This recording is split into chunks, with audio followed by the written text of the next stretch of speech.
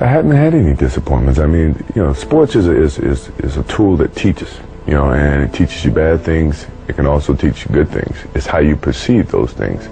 I've looked at every experience that I've had, negative and positive, and taken that as a positive. If I wouldn't change anything because I think it would alter some of the other things that happened. So when I look back, I can't say that I've had any bad things happen. Sure, I mean, you don't want bad things to happen, but you deal with bad things. You can't have good or without bad. The actual system wasn't prepared for me. I thought I was ready in '97. Right. And I didn't have a major record company marketing and promote my project until 2003. Right. So for that time period, I had to run on my own energy. I had to convince myself that I'm gonna make it. Regardless of how people felt at that time. And what it does is it makes you feel like, well, it made me feel like there's gonna be points that people are gonna mistake my confidence for arrogance, because they don't understand the process I went through. And how much I had to believe in myself in order to make these things happen. I feel like you can will yourself into a good space. Like, things that are meant to happen will. And if you believe in yourself enough, you can help yourself learn. You can inspire yourself in different ways where you can actually discipline yourself. To the point that you can become good enough. Like from '97, like when I started writing, it was full time, like every day I was writing music because I had no choice. If I was going to Miami, and then I didn't make it into the NFL. At that time, Warren Sapp and all these guys were getting drafted. So I felt like, man, that's my dream. That didn't happen. I went up to the CFL in Canada, in Calgary. Then I got cut a couple of months later. I had to move back in with my parents. When I had to move back in with my parents, I had $7 to my name. And it wasn't paper, man. It was a little bit of paper and a little bit of change. I'll never forget driving back from Tampa. My dad had to pick me up, and we were on I-75, and I reached in my pocket, and I counted my money, man. I had $7, which is why I name everything $7 now around me. Everything's named $7. But anyway, I had to move back in. I was 24, 25 years old, and I thought, wow, everything is crumbling around me. Everything, man. I've got no job. My dreams of work. Since I was 14, I was playing football, and that was my goal, was to make it in the NFL. That didn't happen. I moved back in with my parents. I felt like a failure.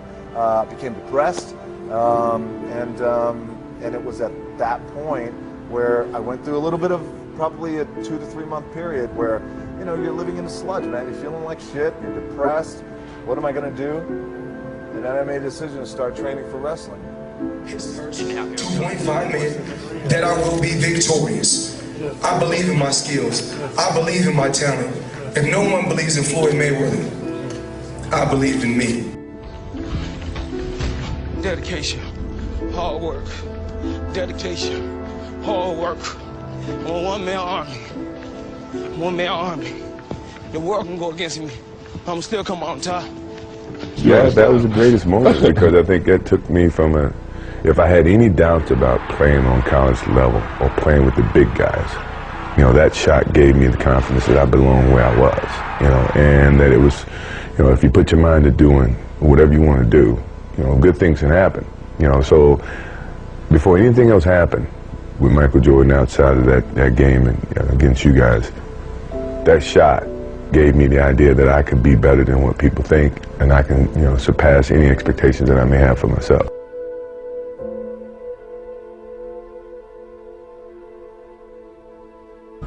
Because you truly believed and you knew that you were eventually going to be able to do it. And success in any endeavor is just the result of getting past those little failures. But it's the act of failing that makes you improve. That makes you want to do better. That makes you want more out of yourself. And you can either take the failure as the ending to your endeavor, or you can take it as a beginning road to success. You are always going to have obstacles, and certain doubters in this world that are going to try to steer you in a direction that you're not accustomed to, that are going to chase you away from your game plan. But the only one who can deter you from your goals is you. You can achieve anything you want in this world that you put your mind to. And any examples of having to deal with failures can simply be broken. There are countless triumphant stories of getting to success by going through failure. Lucille Ball, dismissed from drama school for being too quiet and too shy.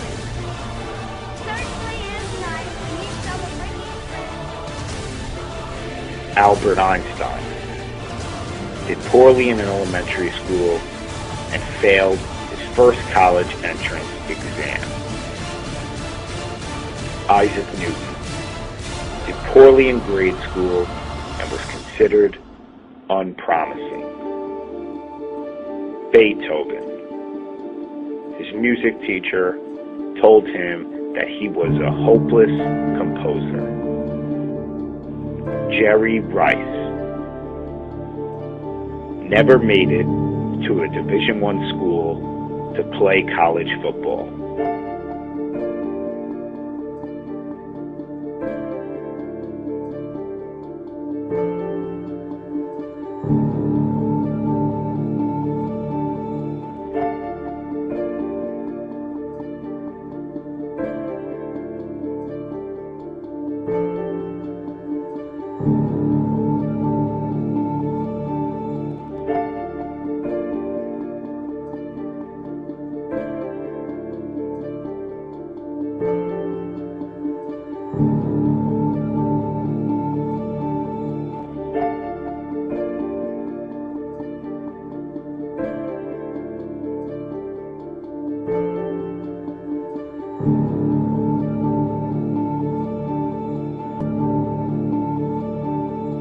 Hillary Clinton failed the D.C. bar exam just to pass the one in Arkansas.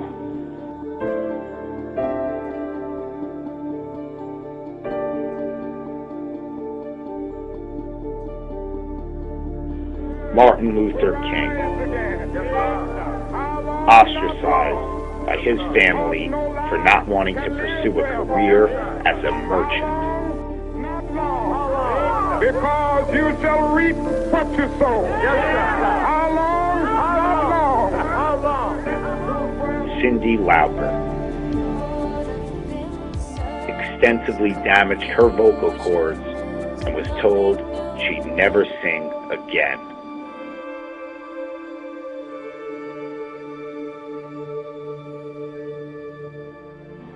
Barbra Streisand, her Broadway debut opened and closed on the same night. Brock Lesnar had to view my life in the world told by doctors I got a different take on life. he would never fight when you have everything again. taken away from you and you're laying helplessly in your hospital bed, not sure if I'm going to even get back in the octagon, something that I've grown to just love to do, and this is my life. You know, and so to not have, I've always been in control. George Lucas, his first film flopped, prompting every major studio to turn down his next movie, American Graffiti. No, I am your father. John Grisham, his first novel, rejected by 16 agents and 12 publishing houses. Many years.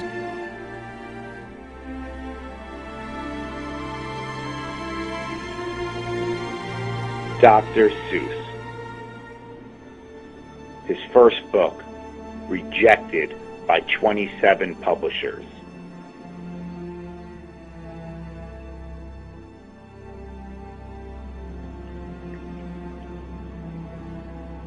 Elvis Presley. His music teacher in high school gave him a C and told him he couldn't sing. One for the money, two for the show. But you get ready now, go, can't go, but don't you step on my blue suede shoe. Anthony Robles, born without a leg.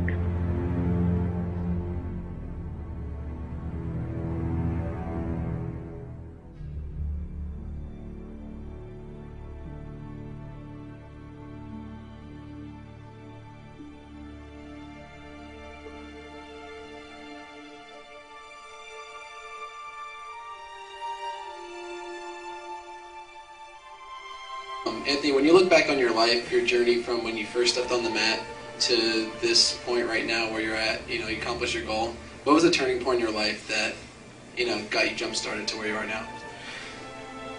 Honestly, it was, I think it was my sophomore year. I took sixth in high school state, and a good friend of mine, he was a state champion that year. And, I wanted to be a state champion just like him. A lot of people weren't giving me credit for that. They didn't think I had a shot at it. But I think that was really the turning point. It was like, I want to be like that guy. I want to be the best in the state. And once I won that, it was like, I want to be the best in the nation. And it went from there. Wrestling, it's been a huge thing in my life. Wrestling's been my life for 9 years now. I don't know what I'm going to do without competition now, but, it's been a blessing in my life. It's taught me so much. It's really helped me to become a man. And, I'll be forever grateful for that. Wrestling's gave me so much. I feel like I'm obligated to, help in whatever way I can. And I'll definitely be around Arizona State wrestling room, just helping out the younger guys as much as I can because, I'm very grateful to them.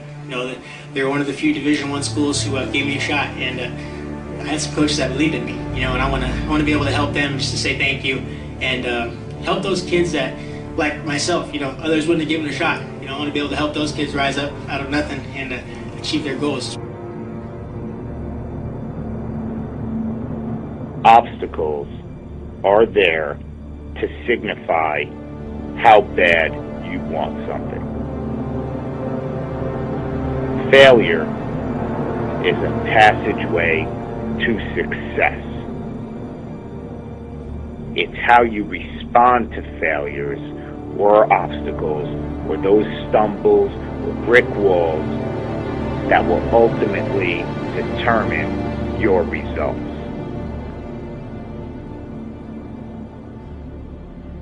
You can let the failures hit you square in the face and knock you out for good.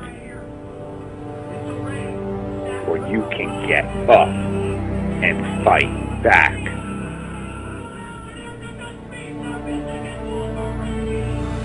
You will always pass failure on the way to success. It's just about never being content with where you are in the present and moving forward with an incessant vigor to want more out of yourself, to want to do better, to have that internal fire to not end up failing. Do you have it in you? I would ever have the chance to stand before you today. So when I returned home, I spoke with Michael and Elijah and I said, that's how you do it, son. You do it like they did it. I wanted to stand in front of my boys and say, do it like your dad, like any proud dad would want to. And at that moment, a voice came over me. And it said, look up, get up, and don't ever give up. You tell everyone or anyone that has ever doubted, thought they did not measure up, or wanted to quit, you tell them to look up, get up, and don't ever give up.